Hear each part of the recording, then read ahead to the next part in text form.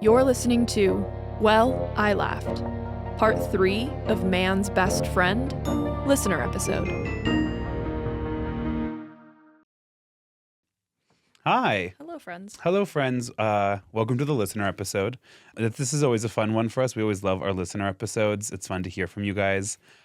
Here at the top of the show, Maya and I wanted to take a second to talk about the events that are happening to our friends in Minneapolis and then also quieter to our friends all across the country. Maya and I are continually horrified by the information that we are getting and that we are all seeing coming out of Minneapolis.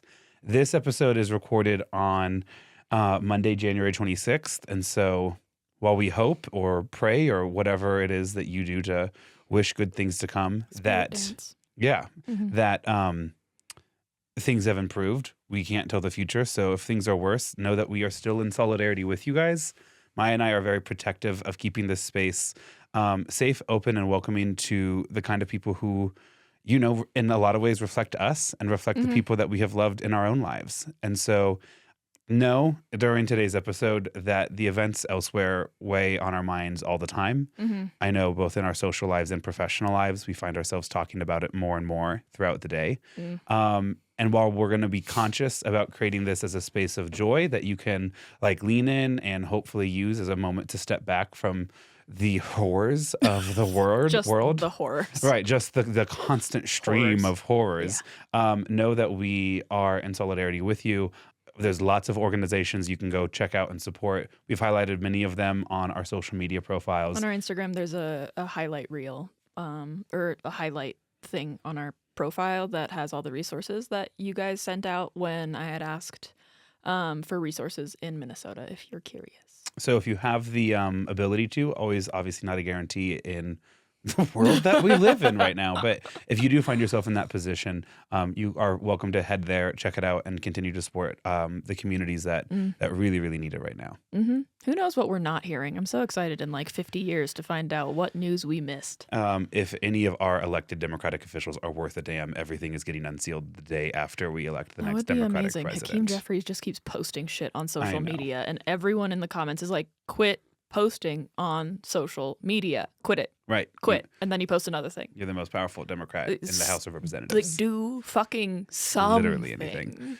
So Thoughts and prayers. So yeah, we're with you guys. So with that, we're going to try to soft transition now into the episode itself. If you're new here, I'm Maya.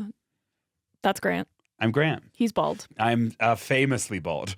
In case you were wondering, sometimes we find out you guys had a different image in your head of us than what is real. And if you want to describe in detail what we look like in your head, please. It's only ever stoked my ego. So someone once wrote in, and they wrote basically the great value version of the character from Atlantis with like wiry glasses and curly hair. And it's like, listen, as a person who had a crush on it and who Maya bought me the necklace of. I'm also married to him. Right. So. Yeah, sure. Yeah. His hair could be curlier. And like I know he's not looking for notes, but his hair could be curlier. So yeah, we're Grant, we're Maya. Maya, I'm super excited to hear how your week's been. I continue to have the privilege of working with children, and that's always a goldmine of content. But first, how have you been? Grant's just a ray of fucking sunshine all the time, and it's increasingly like, how? Like, at some point it had to be a crime, right? Like, he had to have stolen it from somewhere. There's no way that that's natural. Like, he's on something, right? Right? That joy doesn't exist in nature, right? Someone tell me right now. I've said before, I'm pretty sure there's like a synapses not connected in my brain that like just kind of skips over a bunch of stuff. It just, you need to be studied. Like, I want whatever he's having, and he's not like on anything. No, like no medication. It's so fucked up. I'm on so many, but it's fine. That's a Patreon comment. That's a Patreon comment, what I was going to say. No, I legitimately wake up in the morning. Oh, for fuck's sake. Excited for my shower. What the fuck kind of attitude is that? Meanwhile, like all day today, I'm signed up for a morning workout tomorrow with some of my coworkers. And it's at F45, but it's not at my F45. So I have to drive like 20 minutes to get there in the morning. And it's at 6:15. Which means I have to wake up at like 5 or something. All day, all I have been doing is dreading that. I I got like increasingly anxious after work. I was done with work because I was like, I should go to sleep now, right? But yeah. The only time I ever get that way, for whatever reason, is like a super early flight in the morning. Really? Like when I say early, I mean like you need to leave the house at 3 a.m. Mm. For whatever reason, that is like the one thing I ever experienced in my life that my body does not trust. It's like we can't go to sleep. We're gonna wake up at 1 p.m. Something we have literally never done. and you're gonna have shit your pants, and you have packed all your underwear away. Every pair is packed away, and you're just not gonna be able to make the airport on time. So let's just kind of be restless, and then you'll sleep for 15 minutes right before your alarm goes off, and that'll be good. It'll be a good, pleasant travel day. But hey, at least we saved $60 to 8 get the months cheaper ago. flight. I think about that every time. I don't know what it is about like airplane or like flying though, that I just feel like it's like I can't miss it. Like there is no world in where I am going to allow myself to miss it. And it's so much less stressful. It's stuff like this where I know I'm going to wake up and part of me is going to be like, I literally could cancel. Right. I could cancel the class right now and then just go back to sleep. And then I have to do this whole thing of like, well, even if I did that, I would only get like so many more minutes of sleep. And then I'm late. So Walking around us in our society right now are people who have missed a flight, realize they never needed to be worried about it anyways, and just have now moved on with their lives. Is that you? Yeah. How do you still have anxiety? That's crazy. The worst thing that could ever happen to a person has happened to you. You know when someone else gets really stressed and it calms you down? No. A public school teacher. Okay, I think you're just always in that state now that I'm thinking about it, because your students are always stressed. You always have a way of emotional detachment, of just being like, this is not as big as you think it is. You're fine. Until very recently, that made me a joy to date.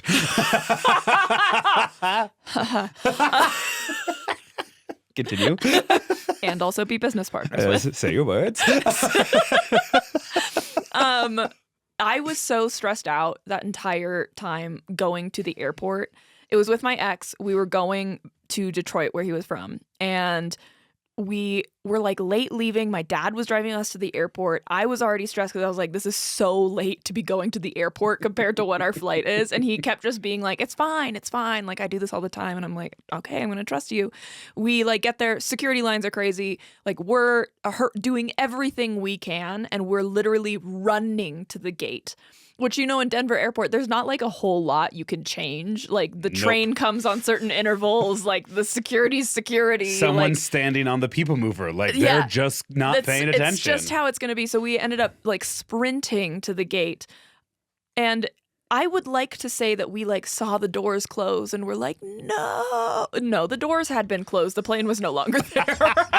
The plane is in the air. The plane was actively not even on the ground. And then that's when we read on the ticket, it was Spirit Airlines, obviously. I'll talk them down. But they were like, the doors closed 15 minutes before this time, which by the way, awful marketing. Like if you need people to be somewhere at a time, don't put that as 15 minutes after that time? It's when my parents were like in high school, my parents were like, your curfew is 11, but we want you to want to be home before then. Which is and so I funny. was like, no. I got a speeding ticket one time trying to get home in time. Yeah. Yeah, so then the roles reversed and my ex was like hella stressed because we were going to visit his sister for a surprise birthday party. So now we've just fucked up everything. Sorry. And he is immediately resigned and does not even want to try and deal with it. And so I'm walking to like the different counters of like, do you have another flight to Detroit today? Like, can we get on? Blah, blah, blah, blah, blah. And on the phone with customer service, on the phone with his family, by the way, because he was just so like, I'm not doing this. Anyway, yeah. I mean, you miss a flight, you miss a flight. It happens. It's the worst. I fly out on Thursday to go visit my brother in Charleston. I'm about to go to my first hockey game. Okay. Griffin and Taylor reached out a couple weeks ago and they were like, hey, this is so random. When you're in Charleston, do you want to go to our minor league hockey leagues game? Yes. And yeah, so I said yes. And then Taylor was like, oh, good. Like 6 of my coworkers are also going with us. So it's going to be me, my brother, and my sister-in-law, and then 6 women, and we're all going to be horned up on Heated Rivalry or my brother. Well, who respects the porque art, no just los not, dos. it's not, it wasn't painted for him, you know? Yeah, that's real. I have now started the art of bullying Casey into watching it. So Good, we'll see how good. long that takes. Wait, I can't wait for it to melt his cold, cold heart. I legitimately think in a couple years, we will need to evaluate what that series did to me. I want you to know. I've been there. I'm glad that you're realizing. Yeah, no, I'm fully aware of what it's doing to you. Listeners, here's something fun. Here's something fun. I'm recently in a new relationship, and I'm famously not about this. Every time he tells the listeners this, by the way, he tells it as if he's never told it before. He has talked about this on every episode on Patreon since we came back, but whatever. Okay, great. Yeah. I'm not jaded. I texted Maya in like early December. I was like, little gay hockey book, so good it's making me trust love and I one was more like, time. Yeah, And prove then, it. And then I did. Yeah. And I got a chance to meet someone, and it was, at least for me, so wonderful right away. I don't cut this out if I've already told them. I don't know I'd just be talking for days now. It was so, for me, exciting so early on. I actually stopped watching and reading Heated Rivalry so I wouldn't get my emotions confused. Mixed up. Yes. I legitimately was like, I got to detox that so I know pure, what is this? I love that so much. That's so Delulu. Right, because now I'm getting back into Heated Rivalry, and it's like the best case scenario. It's like rereading the books. Grant took a little tea break from his little gay hockey book, and now he's like back in it, and now he's ready to roll. It's all phenomenal. So yeah. I'm looking forward to seeing my brother. Charleston, because it's like an old colonial city in the heart of downtown. You know, it's narrow streets, it's cobblestones, whatever. I'm pretty sure it's a tradition down there that in the downtown area, you just ride around on golf carts. Oh, yeah, in the South, that's big. Yeah, coastal and tropical. I'm going to need to do that with a daiquiri in my hand. Like, I don't know if that's legal or not, but we'll figure it's it South out. Carolina. You'll figure so it out. I think you can get away with a lot there. I feel like smart's money on yes. Yeah. You know? Jesus. I just want a strawberry daiquiri as I like rumble over the cobblestones on my way to a place to get shrimp and grits that's going to take like 3 hours, you know? Oh, God, that sounds so It's going to be so nice. That sounds really good. Also, and I cannot tell you why, but when I go to this hockey game, I need to get nachos. Like, I just feel like hockey games would have good nachos. No. Okay. Sure. I mean, it's like Listener, join us on YouTube. Watch how much Maya's physically rejected that thought. Like, I would also get nachos. I'm not going to lie to you. They are good, but also my perception of good when it comes to stadium food is really low. Like, I know what that cheese is. I know it's probably like 90% plastic. Right, and that's but it's fine. Still awesome. It's no beer garden nachos. Nothing ever is. Nothing can be that. Nothing ever is. The beer garden by me, not just in general. Some beer gardens obviously don't have great food for legal reasons. Yeah, how else are you? What else is going on? I visited a bakery near work for the first time, and Oh. it was like I had never been in a bakery before.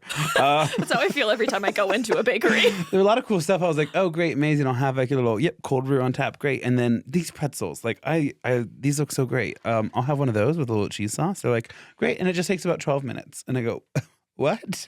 and I go, I don't need it like slow roasted. I think would honestly like prefer like room Just like temperature. zap that. Yeah. And she goes, well, they're frozen. And I was like, oh, okay. So I don't actually have 15 minutes to wait for like a steaming hot.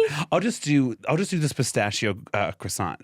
Oh, that's actually a matcha croissant. Oh, okay. So I don't want that either. I'm just going to do a chocolate chip cookie. That looks like what that is. Yeah. She goes, yeah, good choice. The matcha croissant's really gross. All matcha is gross. No, I'm sorry. Hey. That's like literally a cultural thing for me. Shut the fuck up. I'm sorry. I don't think I've ever enjoyed matcha. Okay, then it's not for you. Just quit calling it gross. God, I'll start calling Midwestern things gross. It is. It is. It's so hard though because it's all just like fat and butter and carbs, and it's like really hard to hate most of it. There are a few things that I have been like. Like no, tater tot casserole is great and kind of an affront to God. Like it's the Snickers thing that I Oreo hate. fluff salad? No, not Oreo fluff salad. Snicker salad. Snicker salad that I can't get behind. Vanilla pudding, Cool Whip, diced green apples. Yeah, that's smashed up Snickers. The diced green apples really just mess with me though. It does. I actually hate the texture change instantly. It's awful. That and my mom's ambrosia salad. Stop putting secret little pineapple in there. Oh, that's weird. Yeah, said it right. Not coconut pineapple. Yep. Gets a far away it's look all in his tropical eyes. fruit to me, so. What's new with me? I am increasingly sick of men at work. Hopped on a call today at 4 p.m. on Monday, which is criminal, by the way, to have a call at that time when the rest of the day is an option, but whatever, I guess. And I just like wasn't saying anything for a second because I needed to get set up. And then I just heard, well, it's probably paid protesters. And I was like, what? I was like, anyway. In this economy? I was like, bro, what? Also, why? And then one of the coworkers that I have that I do like he's a white man, obviously, but like definitely a little bit more like aware of the social world around him.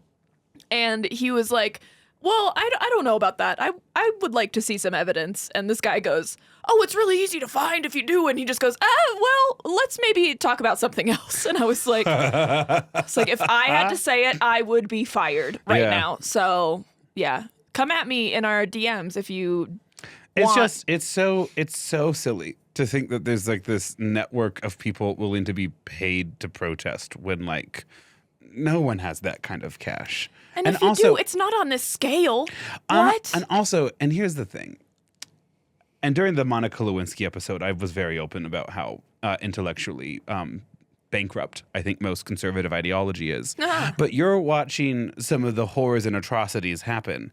And instead of being horrified by the atrocities, you're like, these people must be getting paid to be there. That's so nutso to me. Mm-hmm. I'm so excited for him to talk about something at work and maybe I didn't see it with my own eyes, so I don't believe it. I want you to know that's going to be so funny. Please, especially because I never go into the plant and I'm not going to. Please document it when you do that. Yeah, absolutely. I also had a pretty rough day at work. Some of my students gave me some homemade baklava. Wasn't their best. Do you see what I mean, you guys? Do you see what I have to put the fuck up with? And then I have to relive this. Actually, no, Casey has to relive this. But... And here's the thing.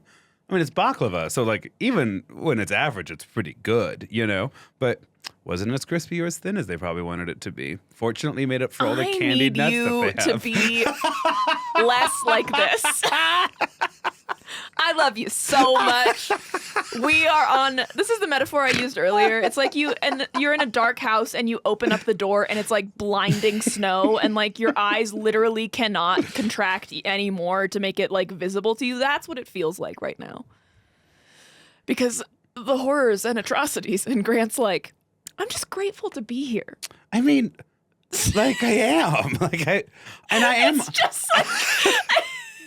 I'm horrified, and like I'm donating, and you retreat. Yeah, I'm not trying to say anything like that. No, I mean I know you're not, but just like to also like and I teach a public speaking class, and so obviously it's something that we talk about like regularly. In fact, we have several kids who have stopped competing in certain divisions of speech and debate and moved over to others because they just mentally can't keep reading the news, and so we talk about that all the time, But it's like.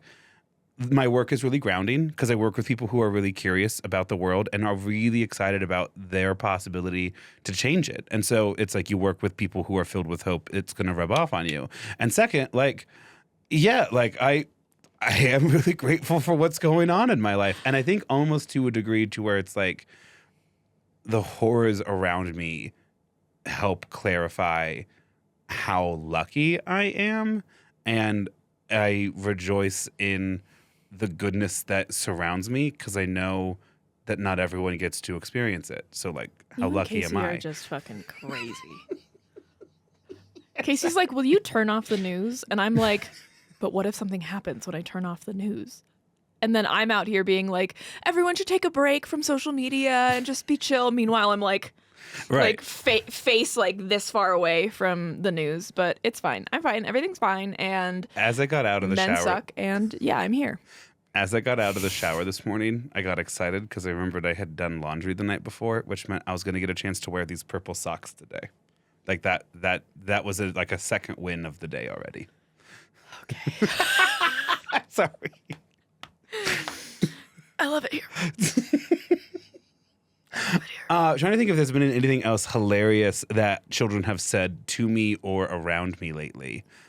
Several of them did experience why, like, the push and pull of their like butch, bald, bearded debate teacher, who also like loves musicals and is like sassy and is like, you know, I'm not throwing a parade about it, but like not hiding who I am, then also swinging radically back to like cheering loudly and at times on the edge of aggressive for Nebraska basketball. Highlighting on the edge of aggressive. Probably not on the edge of aggressive for someone who's paying attention and understands the game, but I never am that. So every time I'm just like, will you calm down? So kids are literally looking at me and they're like, yeah, so like we went into that round and we decided that we wanted to run like East African countries' debt service to China and like how it ultimately impacts like long-term GDP growth. And I'm like, 4-3. What? What's going on? Yeah. Oh, yeah. Sounds great, kiddo. I wasn't Sounds paying great. attention. No, I loved it when you read that to me the other day in class. Okay, come on. Get a stop. Yeah. They're just like, okay. And it's like in many ways I'm like immediately the absent father that I never had. It works on a couple levels, you Greg know? sometimes listens, I think. No, that's why I said that I never had. Yeah. Yeah. Shall we take a second and pick some stories? I have one last thing. Oh, great. Have you seen on social media I think Uber driver who has Tourette's? Yes. It's a woman, yeah? Yeah. Who then takes a ride from someone who has narcolepsy? We're letting them drive? No. So the woman with Tourette's is driving. Oh, okay. Person in passenger seat has narcolepsy. She does not know the person in the passenger seat has narcolepsy. And I guess she has a speech when people get in, like, by the way, I have Tourette's. And she like barely got through the speech before she had a tic. And her tic was kind of intense. She was basically like screaming in this woman's face. Like, less so, but jarring. Just fucking passed out. And now they're friends. And now they like wait, really? do crafts and stuff together. It's very cute. That's and very also precious. So funny because she keeps having her tics and the other woman keeps passing out. And that's been giving me joy. Sorry. Do you know what brings me joy? Oh my God, what? Sometimes I think about Oh my God. under the next Democratic president, a U.S. senator from a deep blue state releasing a list of names of all the ICE agents that work for the agency this month, and then they're never able to get a job in the federal government again. I think about that sometimes. You know what gives me joy? Someone releasing the fucking Epstein files. That'd be great. I saw a conspiracy theory. There's a picture from inside of Epstein's like house or whatever, and it is a framed photo of him with a little girl on his shoulders. Yeah, immediately bad vibes. But the girl's face is like blacked out, like redacted, basically. And someone was like, that looks like John Benet Ramsey. And I was like, this is too many of your worlds coming together. I was like, now hold on. Now hold on. This is too many of your worlds coming together. I don't know if it's true, but I do like that we can get a conspiracy to continue to push them to release the Epstein files. I mean, I know it's not true. You don't. You literally don't. You don't know any of the details about John Benet Ramsey's case. We don't need to get into a John Benet Ramsey off right now, live on air. I'll do it. I'll cover her for a story. I'll do it. Certainly an interesting theory, Maya. Let's talk about something else. You sound like Casey. No, I'm trying to sound like your coworker when you didn't want to talk about paid protesters. He also tells me to use a callback.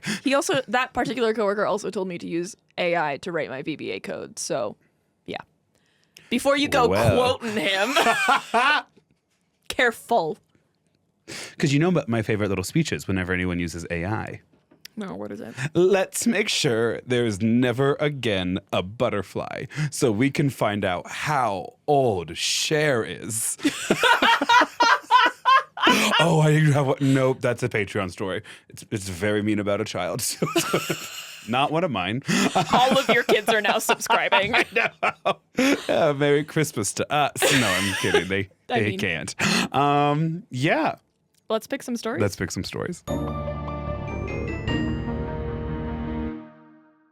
This is from our friend Jenni, who submitted through the website. Shout out. Hey, y'all. This is a red-handed story. Most of these stories might not be totally on theme, and it's partially due to the fact that we were on break for the last 3 weeks and couldn't really advertise as well. So, just so you know. Enjoy the stories this week. Enjoy the stories. Okay. Hey, y'all. Yes, I am Missouri-born and refuse to choose sides. My name is Jenni, she, her pronouns, and yes, you are allowed to use my names and any information provided in this email. I have a story for caught red-handed that my family likes to bring up to any person I bring home, much to my detriment. When I was in middle school, let's just say I had learned about the 5-finger discount and loved to provide my very money-poor self this opportunity to receive anything of value. Parentheses, I have since learned stealing is wrong and now only steal small things from evil corporations. Fuck you, Walmart. Absolutely. That was Inception, parentheses. Fuck you, Walmart. But if you're a cop/lawyer, no, I never steal, end parentheses. Anywho, I also had an obsession with getting an MP3 player. This was around the time that the iPod Touch first came onto the scenes, but again, I was poor and only ever wanted just something/anything to play music on. You may be thinking, okay, this girl is a thief and wants something to play music on. She probably stole an MP3 player, right? Wrong. I had concocted a plan to steal some money from my stepmother's purse so that I could afford an MP3 player. A wild time for you to decide you have morals, Jenni. Also, a perfect plan. I know what I'll do. I'll force my parents to buy me this and then not explain where it came from. Yeah, that's also true. How are you going to answer those questions, Jenni? Like, where did you get an MP3 player and where is $100 from my purse? It's like eating all the chocolate cake in the fridge and then just making sure you put the plate in the dishwasher. Sorry. And then baking another cake, but it's vanilla for some reason. No. I don't think. I think it's just you clearly ate the cake, but you're like, I don't know what did I? It's not fine. Okay, so I could afford an MP3 player. I had most of the money and knew I only needed to take $10 more to afford a specific MP3 player from Kmart. Okay, I have a couple questions. Yeah. When you first of all, Kmart, wild. Second of all, when you say you only needed $10 more, was it because you had already stolen the other money, or? No, because it was only $10. Because only stealing $10 does feel less like a crime. And that's all I'll say. And it's from mom, right? Mm-hmm. You just say you got $10 from dad. Interesting. Yeah. That would not have flown in my family. No, at all. Or the other way around, quite honestly. Okay. A specific MP3 player from Kmart. Hot, remember Kmart? I hate capitalism. You may ask yourselves, if it was only $10 more, why didn't you just ask your parents to cover the difference? Well, I never said I was smart. So anyway, the time comes. I am in my parents' room alone. I notice my mark, aka my stepmother's purse. I take the leap. I quickly get to her purse and open her wallet. As soon as I see some green bills, I hear someone coming up the steps to the room. Quickly, without thinking, I grab the first bill that starts with a 1, shut the purse, and get back to cleaning before I can be caught red-handed. Oh, no. Shortly after, I leave the scene of the crime feeling like I've just completed a feat similar to the Louvre heist about a decade early. Oh, no. Oh, Jenni. I'm so happy that she mentioned at the beginning that the story gets brought up to anyone she ever brings home. Good. I love that for you. Feel free to laugh, and we all do anyways. However, when I returned to my bedroom, ready to take in the victory and assess my handiwork, I noticed I had stolen a $100 bill from my stepmother's wallet. Panic sets in. What should I do? Now we all know the correct answer is go to my parents, fess up, and return the money. I personally don't think that's the correct answer. I also don't really. It sounds like you now have to pull a second heist. Yeah. Yes. She will be his second heist. Do I do this? No. I did not want my family to know about this and could not admit to my heinous act. I was seen as the perfect child up until this mess. Mm-hmm. It's crazy that this is not the first time you've stolen something. So the next plan to concoct was, how do I get rid of the evidence and buy my MP3 player as soon as possible? Well, I get a little lucky. That night, my parents end up going out to a bar for some drinks. Apparently, they had a really good time and maybe went a little harder than they had planned. My parents return the next day, and my stepmother notices the money is missing. You may ask yourself, how did she not notice at the bar when she was buying drinks? Well, you see, I had stolen the money from a special section of my mother's wallet. Oh my God. No. That was set aside to pay a very important bill that month. Oh, they're going to lose the house. Because you wanted an MP3 player. I hope it was worth it. As Britney Spears would say in your ear with that MP3 player, you better work, bitch. You better work. When she noticed the money went missing, my father sat all the kids down and explained that the money was very important. And if anyone took it, they had a free out to return the money now and face minimal consequences. Okay, if you were Jenni, do you believe that? Am I this age or am I Jenni's age? Both. I'm such a coward as a child. I'm not even getting anywhere near their purse. I feel bad for having the thought. Now, no, I've never seen the money. I have no idea. Oh my God. Stone cold Steve Austin. Okay. Interesting. What about you? Oh, as a child, I feel myself having hives right now. Yeah. Just the thought. Yeah. Now, I was already keeping one pretty big secret as a kid. I didn't have a lot of capacity for others. And that's fair. And that's very fair. Now, I don't know if I would believe that. I think I just am too jaded and not trustworthy that I would just... I'm not going to turn myself in. You think I'm getting a free out? No. Did I take this offer of charity? Of course not. Yeah, duh. I could not admit my wrongdoing and face the consequences. I had to get rid of the evidence and do it fast. Later that day, I approached my father and let him know that I had enough money from the holidays to afford a cheap MP3 player. Okay, I don't know how your dad didn't put it together right there. The, missing link. Yeah. Whoa. My dad drove me to Kmart that day and helped me look through the MP3 player options. I picked one out that I knew I wanted, but was about $2 out of the price range my father was aware I had. I showed it to my father, but he noted it was out of my price range and encouraged me to find another one. However, in the process of looking, my father excused himself to use the restroom. Here was my chance. I quickly grabbed the player that was slightly out of my range and checked out in the electronics section, thankfully finishing everything up before my father returned. Jenni, you are making some choices. You are so deep in. You have had so many opportunities to just play it fucking cool. I know. I'll spend beyond my means, get what I want. And that will not raise any red flags. That's perfectly normal. Upon his arrival, my father asked which player I had purchased. When I showed him, my father said, can I see the receipt? Panic. Disaster. Yeah. Duh. Yes. Obviously. Now, kids are so funny. Now, later, my dad would admit he was only asking this because he thought the gentleman was nice and just took the money I had, allowing me to take the slightly out of range MP3 player. When I showed him the receipt, I coyly tried to cover the money paid and change section. Hey, I want everyone to know when you try and do that, it's never as smooth as you think it is. It's almost immediately incredibly obvious what you're doing. Your thumb's in the middle of the receipt. Here you go. And he's trying to pull it, and you just are not giving it up. Okay. Clearly, my father was not born yesterday and told me to let go of the paper. When he saw the MP3 player was paid with $100,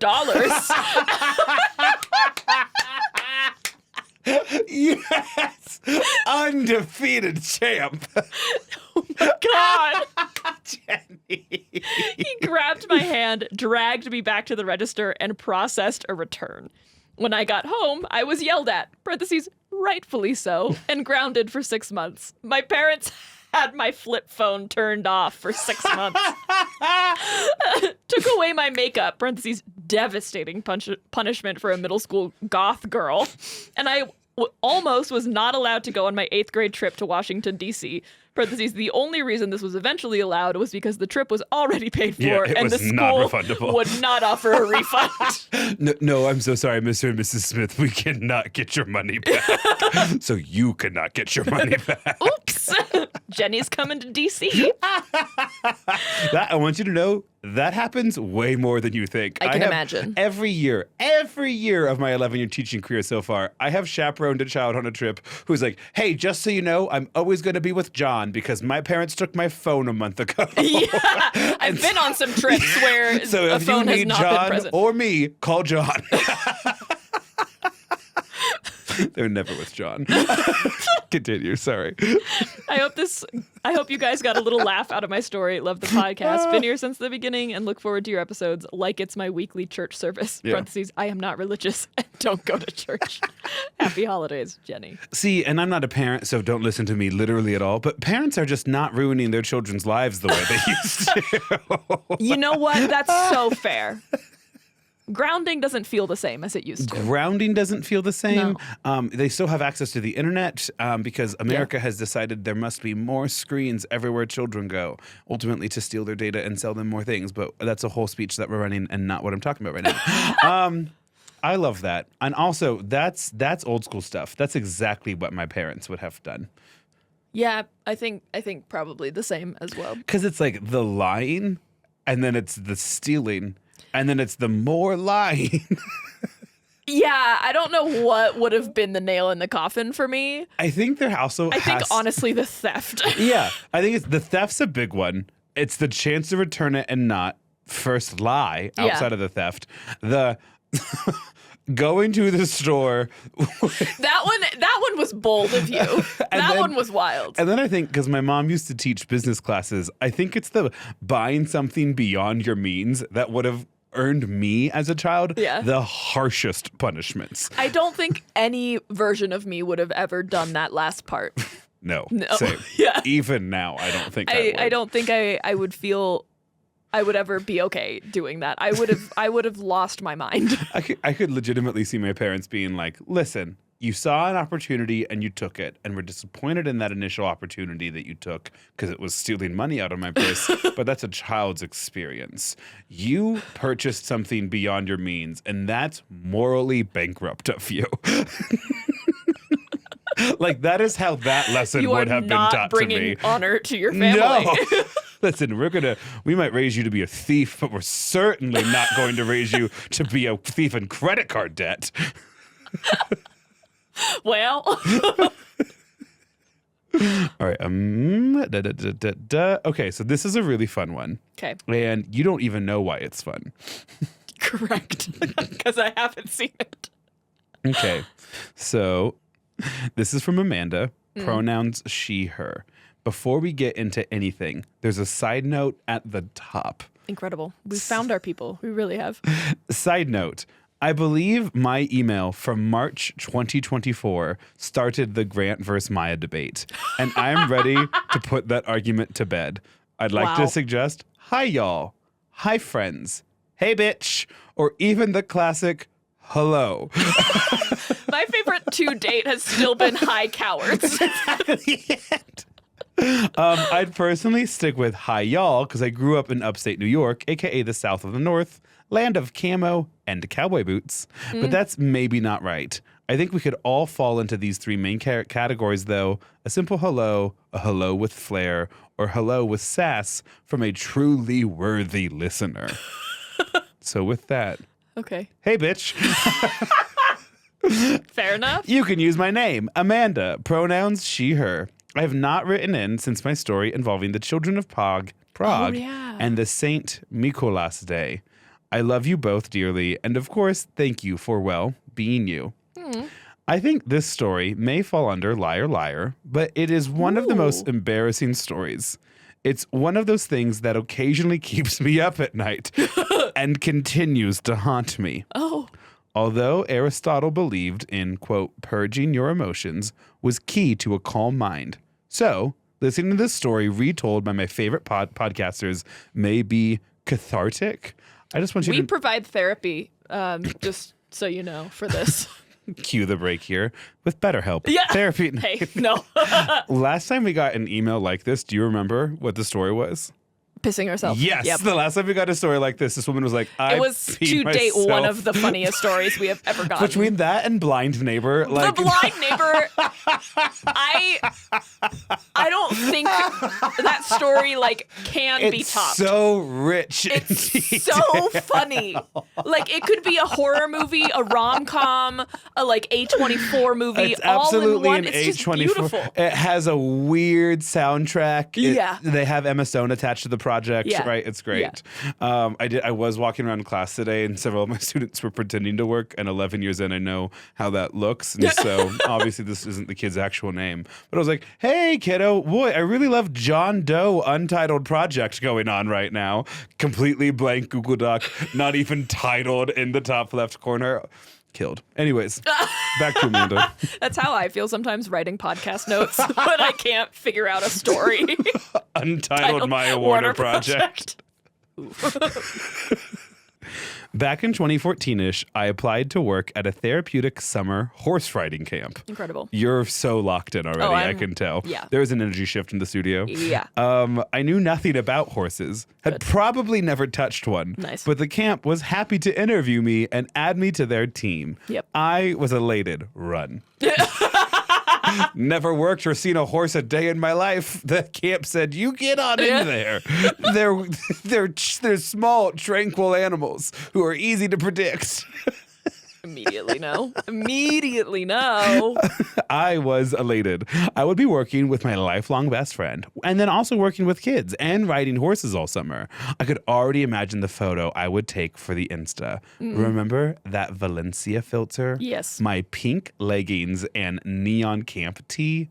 So cute. I am almost certain I have an exact replica Yeah. of whatever photo you are describing right Us now. boys were allowed to wear bandanas that day. Not bandanas, headbands. Headbands Yes. those days. Yep. The only obstacle to getting started was the dreaded drug test. You're in high school. Yeah, what? Working at a horse camp. What are you afraid they're going to... What do you mean? You don't have to bring ketamine. They have it for the horses. it's there. Caffeine doesn't show up on that. So the dreaded drug test, a TB test, tuberculosis, Yes. And a general doctor's good bill of health. You have to make an appointment at your doctor's office with the script they give you for the TB/drug test. But a big but here, I was really terrified of taking that drug test. And you, aka Maya, are probably thinking, no big deal. Take the week off and then take the test. Right? Right? I mean, yeah. But no. A week would not help me help me prepare. Yeah. You see, I don't smoke, partake in party favors, nothing. What I was so afraid of was entirely different. I was afraid of having to pee on command with someone within earshot. And You know what? This is all making a lot more sense now. Yeah. and it wasn't because I'm pee shy. It's because I have IBS. What is it with you and picking stories that are morally like traumatizing and it involves pee? No, I don't know, but I'm hoping that Not we can here to work kink through shame, but it. No, absolutely not. Oh, you meant for me. yeah. And it was also sarcastic. well, I am here to kink shame. I just think I get trusted with people's most vulnerable moments. Now, IBS. IBS does some strange things to your mind. A road trip. This is when I decided to use this story, by the way. Okay. Was this sentence. A road trip becomes a cage to your intestines. Oh my God. With only a cleaned bathroom to exit as your salvation. A salad at dinner with an ounce too much of oil. is a hellhole of an existence when you know you won't be home for at least another hour. Don't get me started on the waiter taking the damn sweet time delivering the bill. So when I heard I had to take a drug test, I prepared. It was the usual, no food the night before, and I made my appointment for first thing in the morning. When I pulled up to the office, everything was fine. No big deal. I felt good. I parked and entered. But then, you as a listener guessed right. My insides tore apart and came back together in waves of anxiety that made me regret every moment I have ever experienced, not in IBS pain. Those moments of IBS-free bliss had all been taken for granted. That's so the monologue of someone that's like just going through it right in this moment. Like, have you ever been like so sick you're like, I don't even remember what it feels like to not be sick? For me, it's actually the worst is because when you're like sick, you can kind of almost like rejoice in the languishing of it all, right? And anything is just to help ply the sickness from you. Yeah. It's when I am otherwise totally and completely fine, but I have a sore throat. Yes. And I was like, yes. I never appreciated life It's before. the worst. So deeply grateful and upset at the same time. I would think that when I get a migraine, but I, at that point, am not thinking about anything. So that's fair. Yeah. The nurse called me back and quickly completed the TB test. Then told me that all I had to do was just pee, and then I'd be good to go. So simple.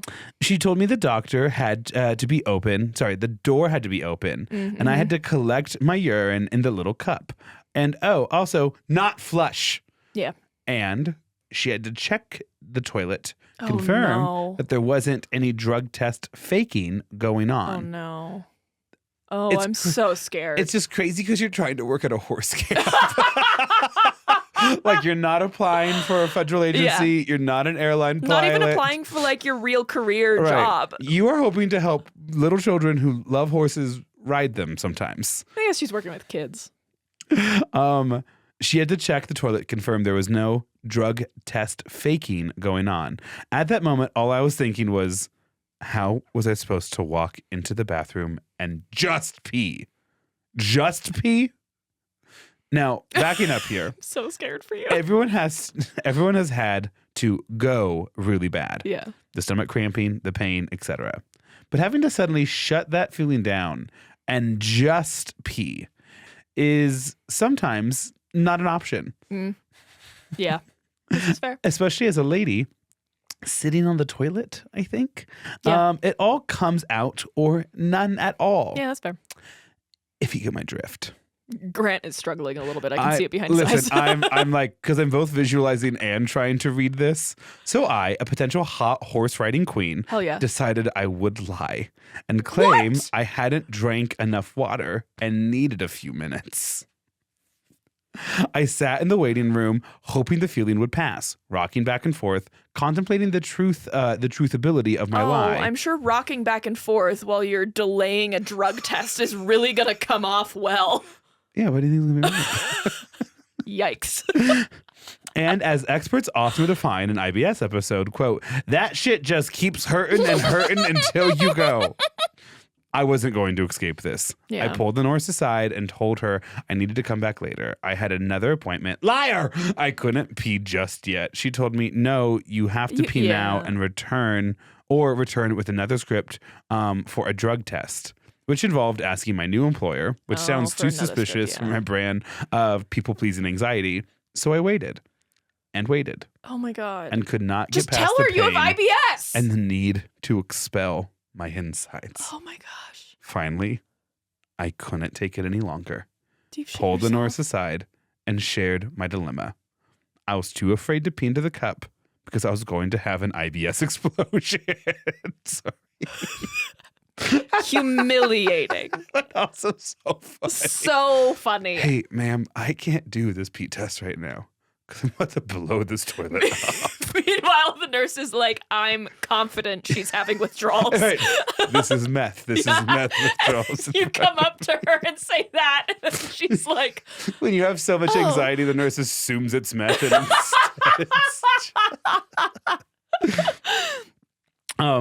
I was going to have an IBS explosion, and I didn't want her to listen, have to walk in and check the toilet, or the office to experience that. She then said, it's okay, hun. I have IBS too. Oh. And I responded with, oh, really?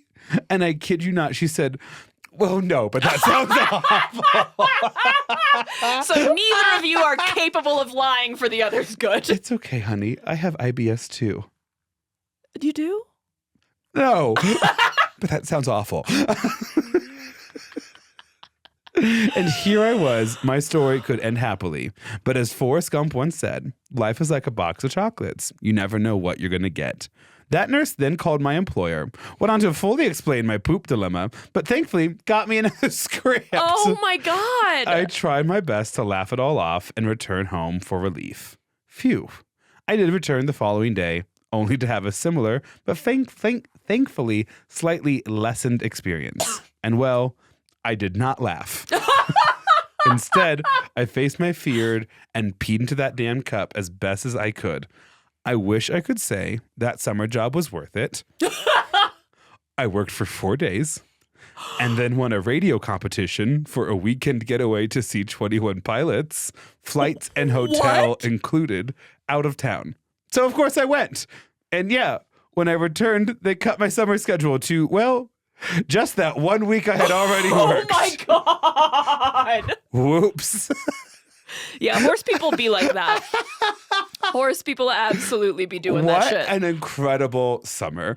And with that, the moral of the story, my friends, is cherish every IBS-free moment you have.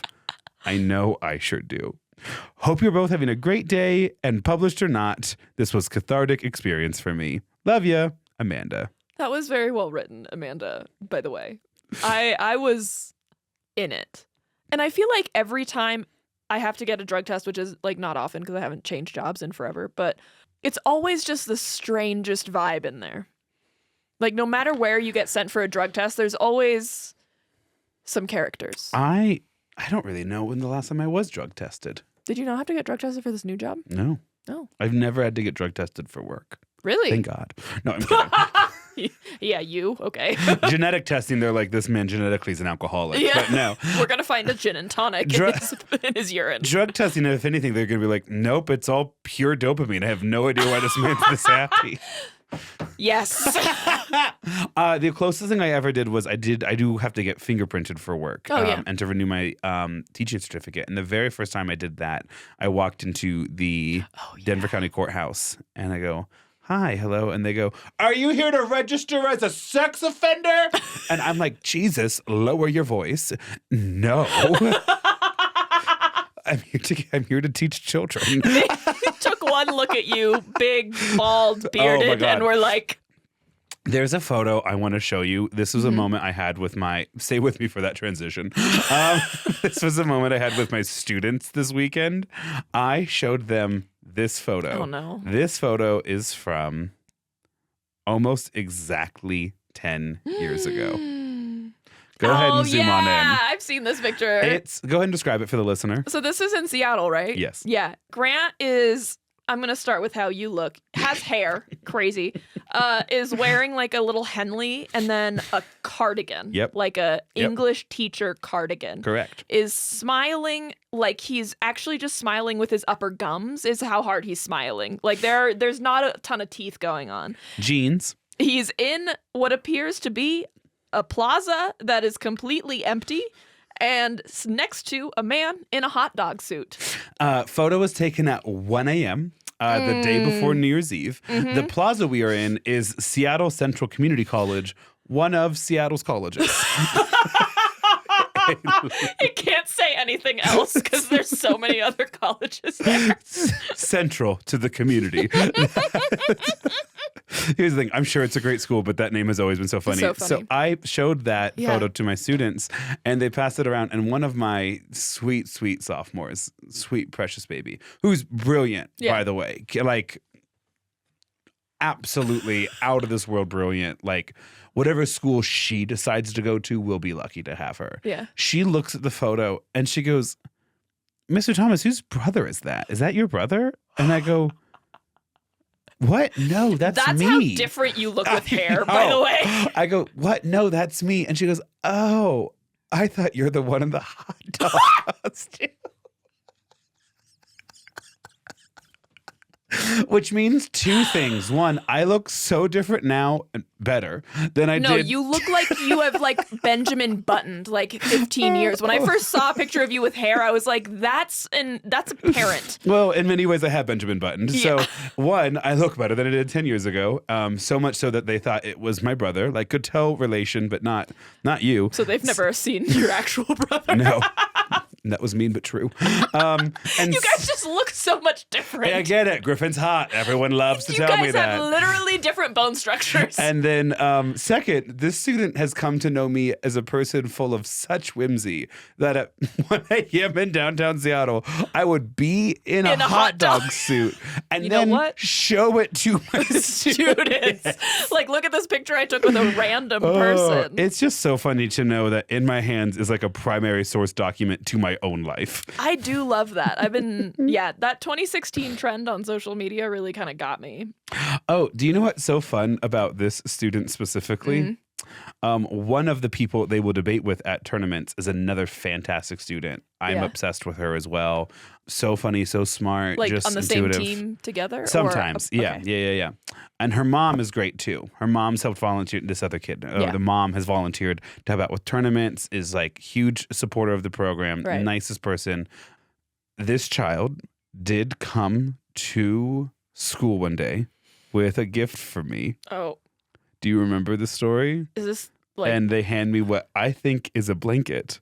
And as I'm like unwrapping it, have I shared it with them I don't yet? think so, no. As I'm unwrapping it, I go, "Oh, is it a blanket?" And this poor student's like, "No, it's a robe." I don't think I've heard this. And I go, "Oh, okay. Oh, and what's the text on the back of this robe?"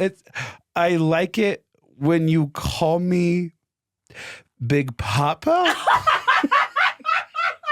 See, I never found out if it was a blanket or a sweatshirt or something. So funny. And I look up at her and she's like redder than a marker. Yeah. And she's like, "Yeah, I think my mom had to order like a certain number to get free shipping." How many people is she giving this to? I think it's legitimately the student's brothers. And you. Student's parent met you once and went, I know like what this he guy. wants. I trust this man with my child. He seems to be a good soul. I better get him a Christmas present. That says Big Papa The on most ironic thing is I get home and like obviously you try it on. Like you're Yeah, you have to, especially if it's a robe. Right. So I try it on and I'm glad they like it when they call me Big Papa. They don't understand how big Papa is. A little tight around the arms. Listen, could just leave it at this house.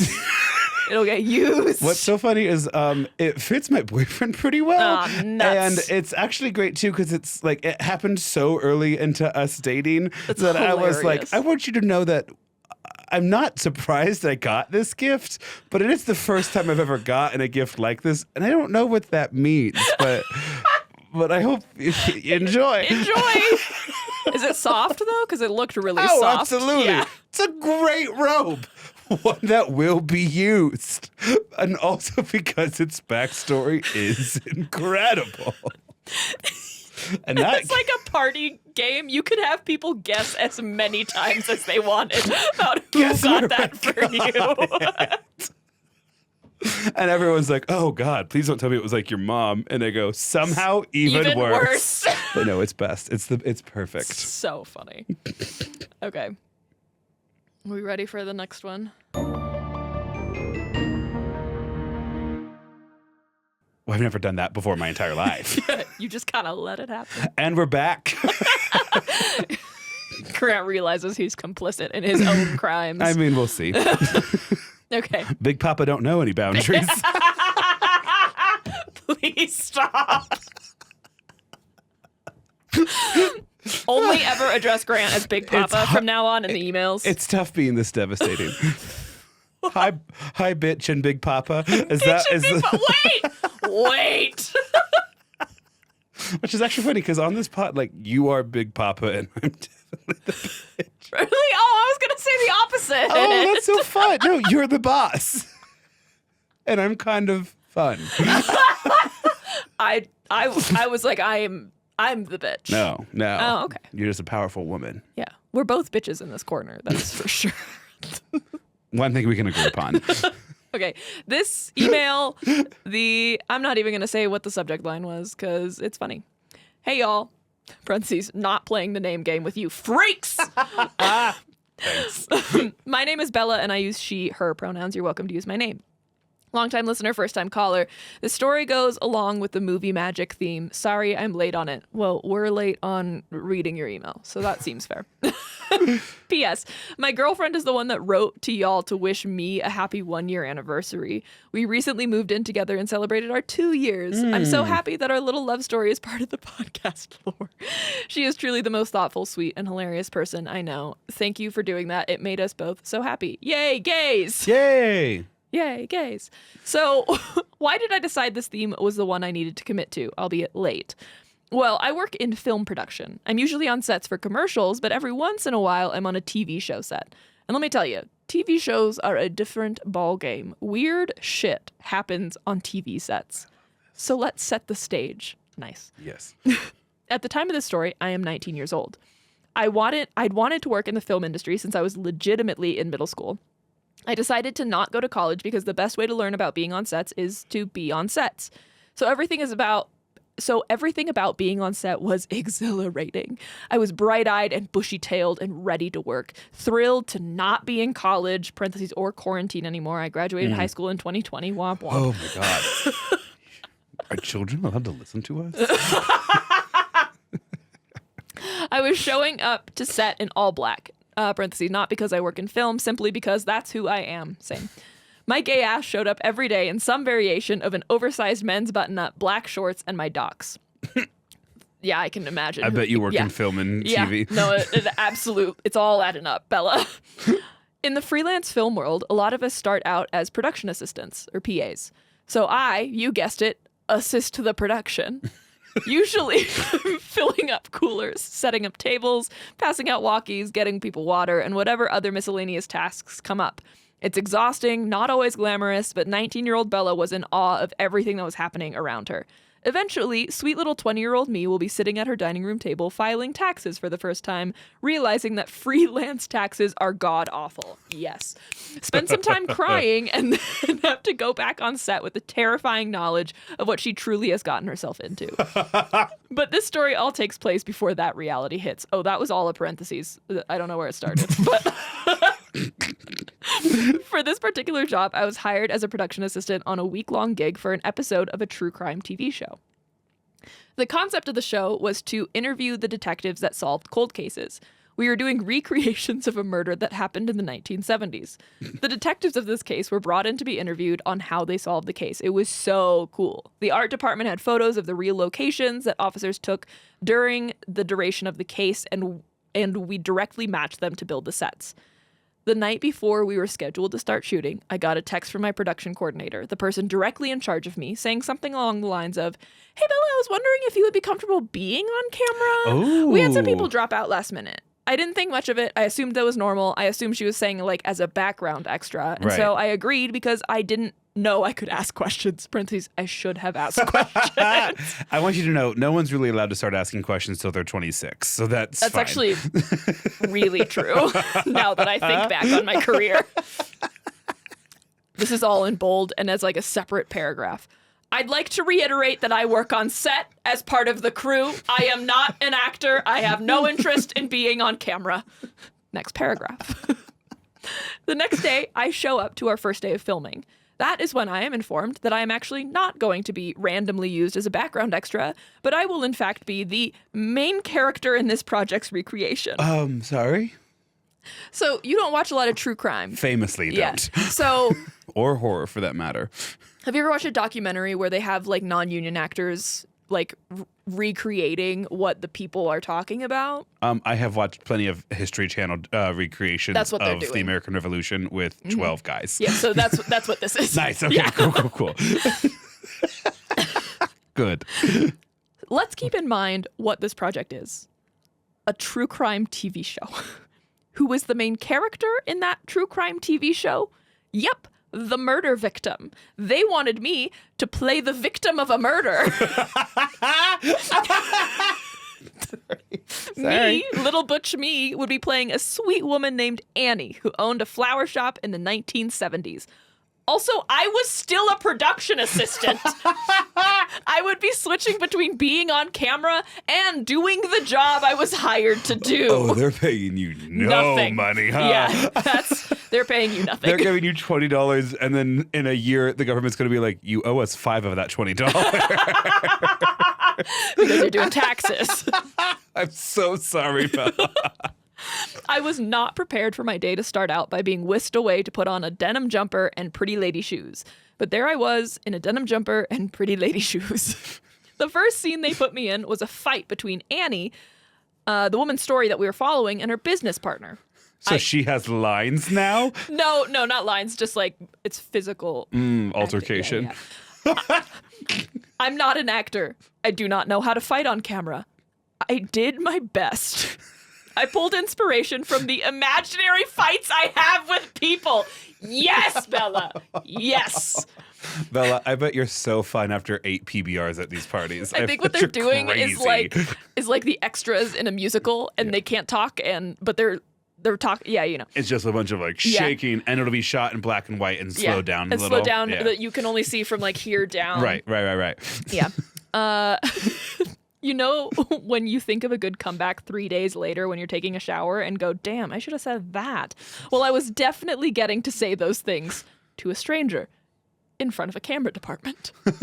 A win is a win, I guess. After we cut on the first take, the director said, quote, "You sound like my wife." I thought that was a weird thing to say. I'm pretty sure I just stared at him in response. Yeah, that's a weird thing to say. You sound like my wife. So Can you go get us some more Gatorades?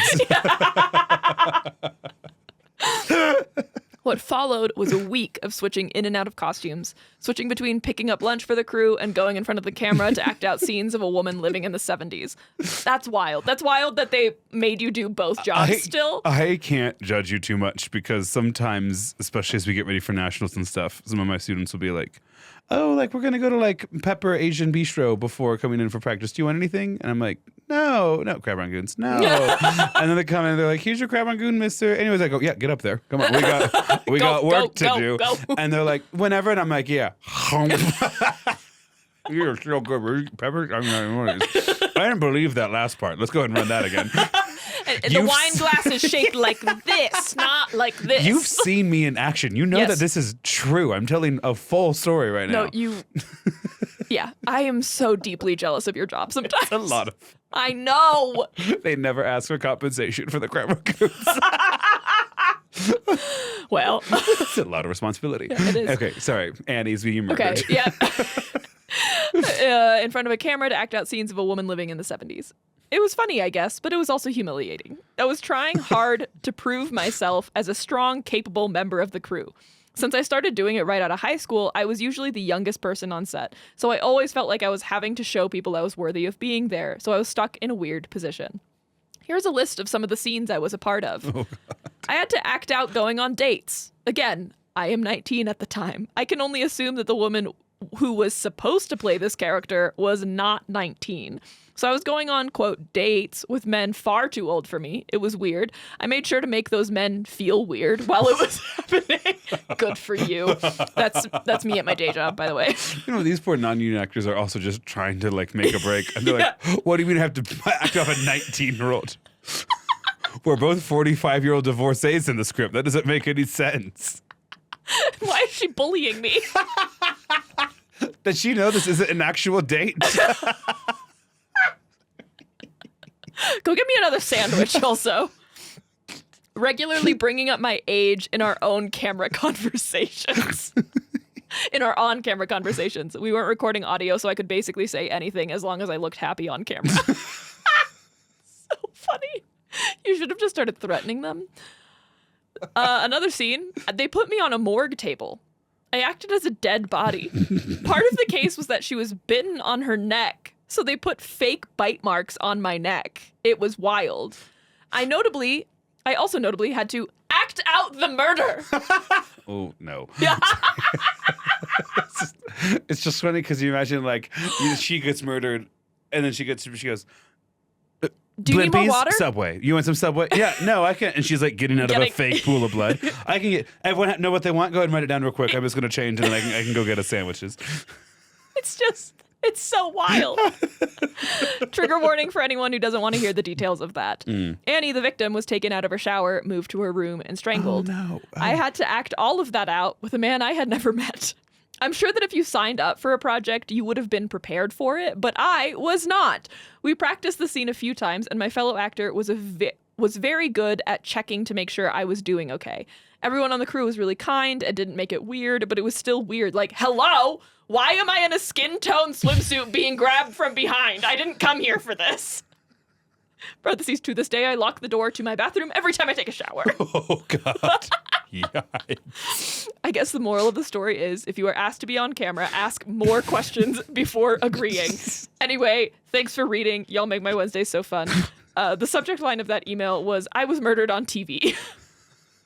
The email she got in the middle of the night. You're a star, honey. You're a star. We're gonna make you a star. We'll make you a star. You want to be on camera? I'm not providing any more details. You want to make the movies with us? Yeah, I thought that's what I signed up for. Yeah. Yikes. I think that would be really fun, but if you got cast accidentally, like in a silent Western or something like that, you know?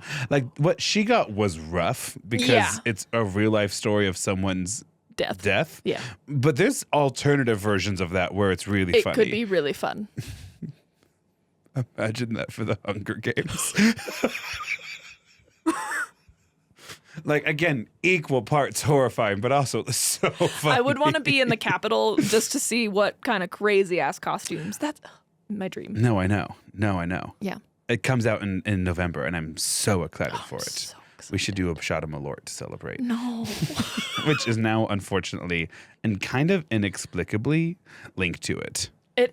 Yeah, because it was, God. If you out there drink Malort, like by choice, get help. Some of Malort's advertisements literally say, don't enjoy responsibly. Oh, yeah. They know exactly what they are. Hello, Maya and Grant. As Yes! someone whose name starts with an M, I am legally obligated to put Maya first. Fuck yeah. My name is Madison, she, her. Feel free to use my name and pronouns. I'm a longtime listener, first-time emailer. I refuse to make phone calls unless it is to immediate family, and I've made my peace with that. Good for you. Same. Honestly, it's actually like, there's a lot of things about our good friend Lydia that I find like inquisitive or like interesting or like admirable. I love that she'll take a call. Listen, She'll make a call. There's not a for you. McDonald's in America she hasn't called at this point.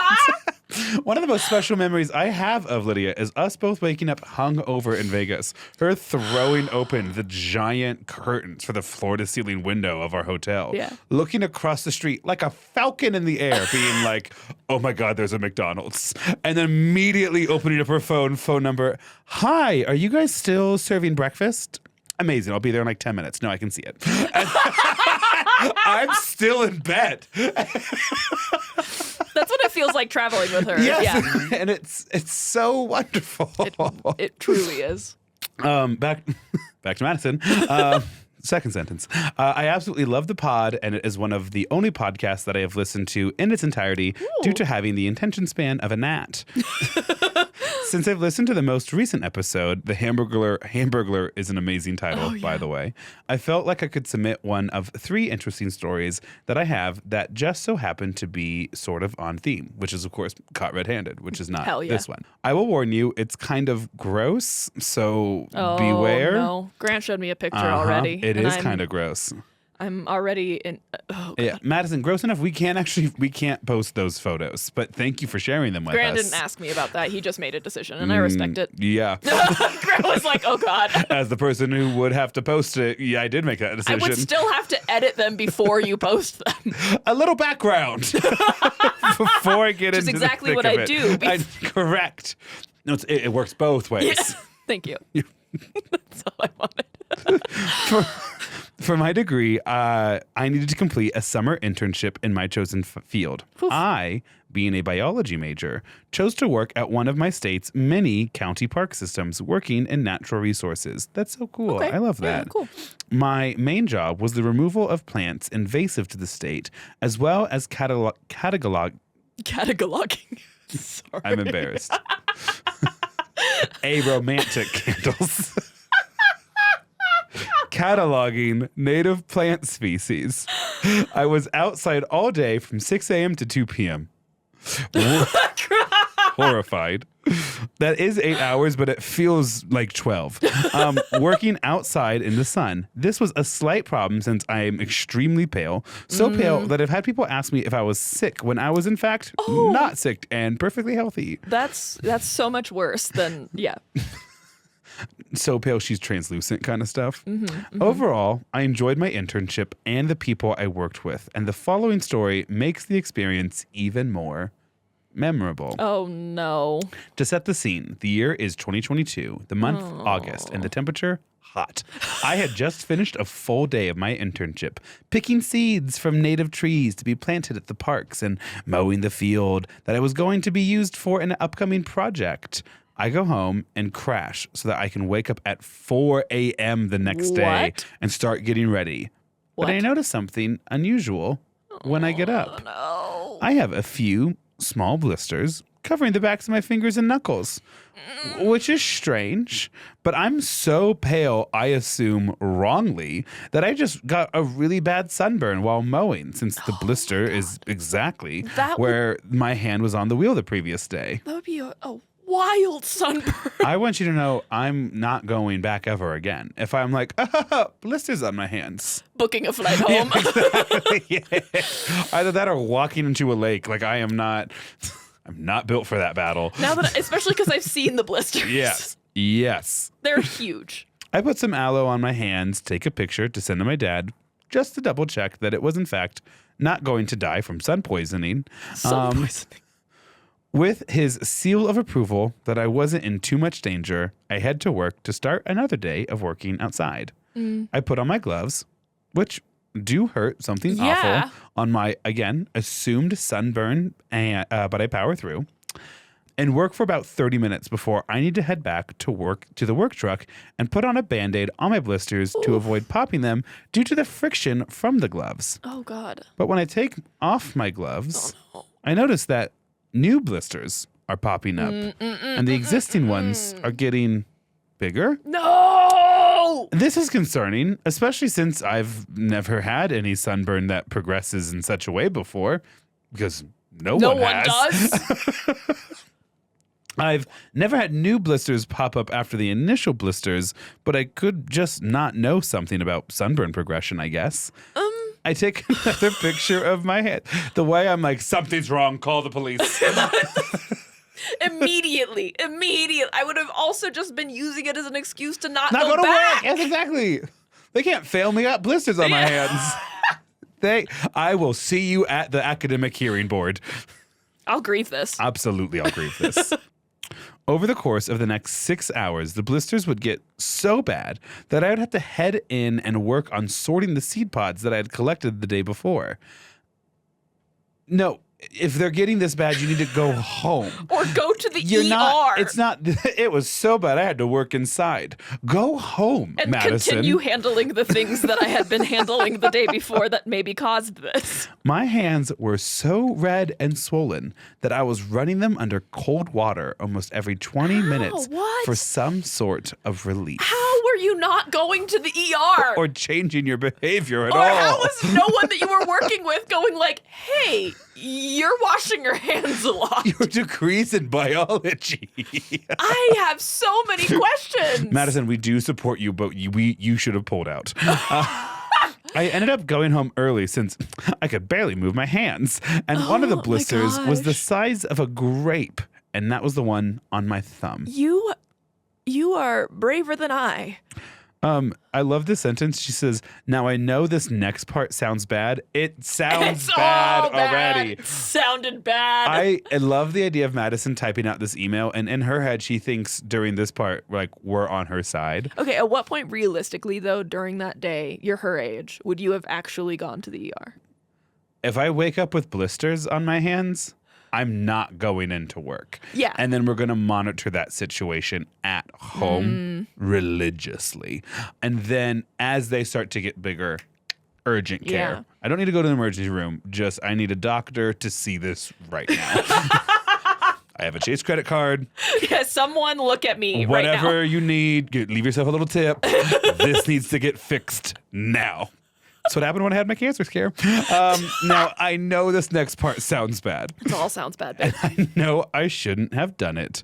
But the pressure on the grape blister was so bad That you popped that it. I ended up popping it with a sterilized needle as soon as I got home. My dad, who is a medical professional, told me that as long as everything was sterile and clean, I would be okay popping it. I could not function with my swollen hands that continued to get worse. What? So I ended up going to the doctor the next day and Wow. calling off work. You slept like that?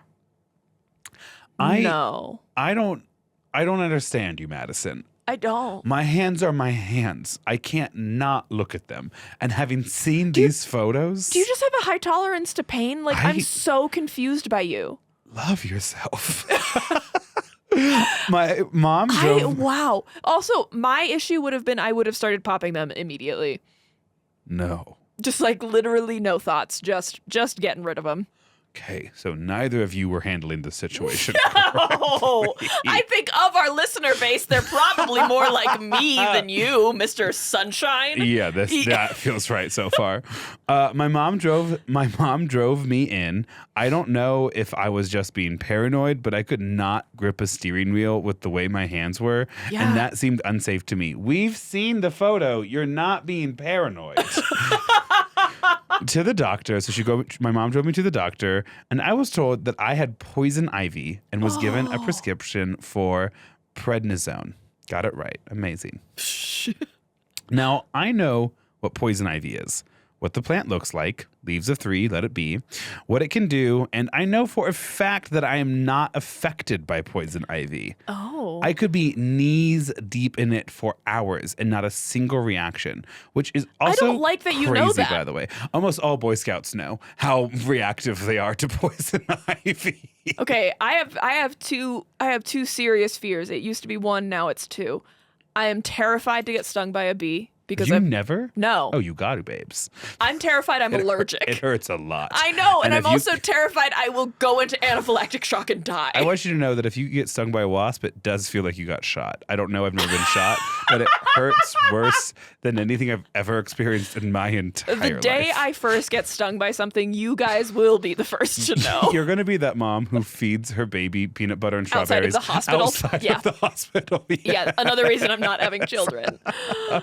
I could be knees deep in poison. Second thing that I'm afraid of I was now, wondering poison if we were ivy. Get to it. Okay. You just kept going. I wasn't sure. Usually you remind me when I don't finish thoughts. That's what I do all day at work. So anyways, I'm a little skeptical of this diagnosis. I told the doctor all of this, and he brushed it off. It doesn't help that you're a woman. I'm not going to lie Oh, about yeah, that. 100%. And he brushed off my concerns and asked me if I'd been in the Girl Scouts to learn the various hazardous plants in our state. I was not, but I failed to see how that matters in a situation where I cannot get poison ivy. For the love that all that is good, what the heck? You're so sweet, Madison. And we knew that right away when you did not go seek medical help. But you refusing to use the word fuck there is so endearing as well. Wanted to do it true to you, but you should have used the word fuck. Ignore him. Don't let him bully you. Well, some notes. I picked up my prescription, which I did take, even though I did not agree with the diagnosis, since the medication was supposed to help with inflammation. And boy, were my hands inflamed. While at home, pondering the mystery of my weird hands, I got a message from my boss with a link to an article about the trees that I'd collected the seeds from 2 days ago. And then sorted the day after.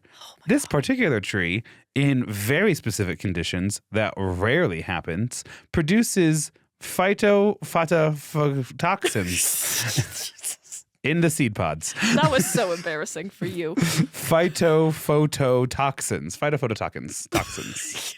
Can I see? Yeah. It's that word.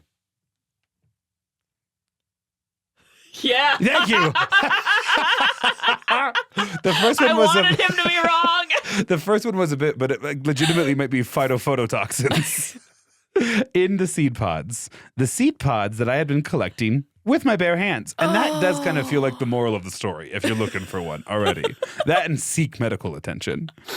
The seed pods that I had been sorting, the seed pods that I had been working with for 2 days. Quote, the poison for Cusco. The poison chosen to specially kill Cusco. Cusco's poison. Now, yes. Phytophototoxins are juices or substances from plants that, when exposed to sunlight, cause chemical burns. That can happen with wild parsnips or even limes in some cases. What? I think these... I love biology majors because they drop the craziest facts and then give you the least amount of detail on it. We got a paragraph of her driving to the hospital, and we get a sentence spliced with a comma for how nature produces chemical burns. Madison, you're doing amazing. Love our listeners so much. I do kind of sometimes wish they would respond back being like, so when I typed it up, I definitely thought your reaction would be A, and instead it was B. I don't actually want that review. That's so true. Only if it's funny, not if it's like hurtful or accurate. Hurtful or accurate. Okay. Shut up. Sorry, this is great. This can happen in the wild with parsnips or even limes. And in some cases, these kind of burns are called margarita burns. After hours of reflection and pondering, I finally had the answer to all of my questions. It wasn't poison ivy, but chemical burns. I love that also, like, your boss or whoever sent you a news article on it. That's, to me... Hey, probably should have been wearing gloves, so sorry. So sorry. That's probably a workman's comp thing, too, by the way. Yeah. Yeah. I would think, but I don't know. I don't know what kind of thing she has to sign to work here. Especially in here. plants, you know? Yeah. I don't know what kind of thing she has to sign to work here. It's what I'm saying about every waitress or bartender or like movie theater ticket taker or like legitimately, it'll be Lydia getting us wine. It'll be like, I don't know what kind of thing she has to sign to work here. Like, it's... We have to sign like NDAs. Not me. We know. I don't know which I should focus on more. Being right about it not being poison ivy or being extremely worried that I do now, in fact, have chemical burns. I would definitely be focusing on the first one. That you were right and not the fact that you've burnt your hands. I would be doing something about number 2, but only thinking about number 1 to de-stress. I'm crying about number 2, not because I'm in pain, but because it's like, why me? Grant goes from 0 to 100 real quick. Well, yeah, when everything's good. When it's not good, it's not good. At the time, I thought I was the world's unluckiest person to have such a specific set of circumstances happening for me to touch the seed pods that rarely ever produce phytophototoxins, to then mow with my bare hands exposed to the sun, and then touch the seed pods again the next day. I was in extreme pain for the next 5 days and had to sleep holding ice packs so that the throbbing in my hands didn't keep me awake at night. Girl. Overall, it was an experience to say the least. The skin on my hands took about 2 weeks to be not painful and another month before all of the scabs were gone. I still can't put my hands under really hot water. This is devastating to me since I like to take scalding hot showers. Oh my God. Wait, how many years has Why it be? I have 2022. 2022. You still can't? What? But through all of this, I have an interesting story about a freak thing that happened to me. And in my pain, I made a slideshow of my blister's progression that to this day makes my sister laugh. That's a true sibling relationship. I have attached the slideshow, which is a compilation of the progression of my hands on the first day. Oh my God. I too laughed when making it, trying to find something about the truly wild situation that was funny. To this day, my sister will ask me for a copy of the slideshow to show people. Even my dad has showed his coworkers. While I wasn't caught doing anything with my hands were, in fact, red-handed. I I want to see your camera roll for those couple of days. I'm going to show you. Well, like, was it the all? angles. Was it all just various angles of the blisters, or was there like every once in a while an interspersed photo of something completely unrelated? Screenshot of like an Atlantic article. Because the thought of thinking about anything else just feels wild. Screenshot of an Atlantic article. Why we all love Aperol spritzes and what that says about American democracy. And I should read this later. And then the next one's just your thumb with the blister next to a quarter. Texted for scale. For scale. Sorry for the long story, bad grammar, and if I rambled. Also, my email formatting is terrible, and I recognize that. So, whoops. Good for you. You have changed so much from not being able to go seek medical attention to now being unapologetic in your email formatting. I love it. I love your stories and get a kick out of terrorizing my coworkers with anything new and interesting that I've learned. I hope you have a great rest of your week and a great holiday season. Okay. Wow. Okay. Yeah. Wow. Okay. So, Okay. Picture one. Okay. Oh, that's a small enough blister. Okay, I can understand why you went to work. I'm probably popping that before I leave for work. Yes, I'm popping that immediately. Oh my God. That's the one that you showed me that This one looks like someone was sucking on a butterscotch candy just long enough to make it sticky and round. then just put it on your. Yes, that's an apt description. I'm so good at that You when I want really to are. be. It's I paint a world. deeply upsetting sometimes because I want to be half as good. You're like, don't tell me. You're like, no. Let me let them. Oh no, they're in their driveway right now, waiting for me to finish. So it's huge, right? Okay. They have pops. Holy fuck! You know in the Hunger Games when they get stung by the tracker jackers or whatever? That's what that looks like. And like Katniss has to like rip the bow out from what's her face's hand. This is her trying to bend her fingers, and she's like, maybe I'm being over dramatic. I didn't think I could grip a steering wheel. You can't. Literally couldn't. You can't. Oh my God. Okay, so this is the moment where I'm like, I'm gonna get so into gloves because this is never what, show my hands all right, ever. My hands are gonna look like this forever, and then this is them recovered. Okay. Damn, wow, that's so impressive, actually. Also, I can't really tell at all. Listen, Madison, I don't know if you're partnered or not. I'm not my business either way. But I will tell you this. As a person with a couple scars on his hand. I thought you were about to say, as a person who's partnered, and I was going to punch you in the face. If I suddenly just developed, what am I looking at? Great. Yeah, we're good. Okay. And now my credit card's open. Okay, so and we're down. As a person with scars on my hand, it's actually, they're like soft, but like you can tell up close. It's a perfect opportunity to like make a person like look at them and you're like, yeah, that one's big. And then it's like, oh, you want to get out of here? you want to get out of here? Okay. When did the scars happen, before or after you went bald? Oh, way before. I was getting into bar fights before I lost my hair. What? Oh, that and more on Patreon. Thanks for joining us. I've told you these stories. In a bar fight? Yes. Boy Scouts wood carving merit badge. Boy Scouts wood carving merit badge. Mailbox decorated like a dairy cow. Come on, Maya. I was wondering if the Heaven Gioma. if the charm came from the scars, or if the scars came from the charm.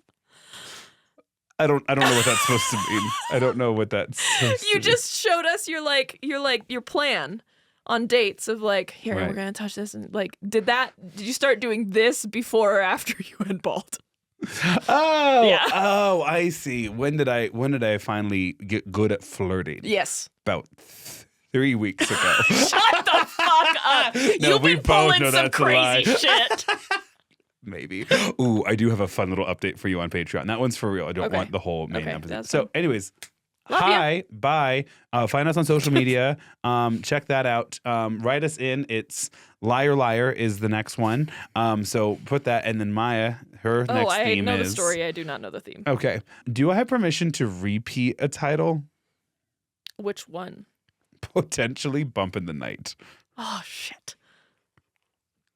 We'll talk. There's no way we're doing the same story. No. Okay. No. It was just so hard for me to come up with a story for Bump in the Night. But yeah. I'll workshop it somewhere. We can just do part 4, 5, 6. So find us on Patreon for more of this concise content that you've come to expect. And with Valentine's Day recently passed... This probably comes out the second week of February. or very, very close. Now's the perfect time to send a weird message to someone you love. Find us on Cameo. We recently asked someone if they would be their Valentine for their partner, and then shut the fuck up. I know, and I'm sorry. And then literally like 30 seconds after we sent the cameo, we got another cameo response from the person that cameo had been for, saying yes to. Oh my God, I love it. And I now need you to fill something back. And we should have been Hermione Granger. I'm not an owl. We literally said in the first cameo, please hire us to do this. We're enjoying this gig. Yes. Well, I like until next time. Bye. Okay, bye.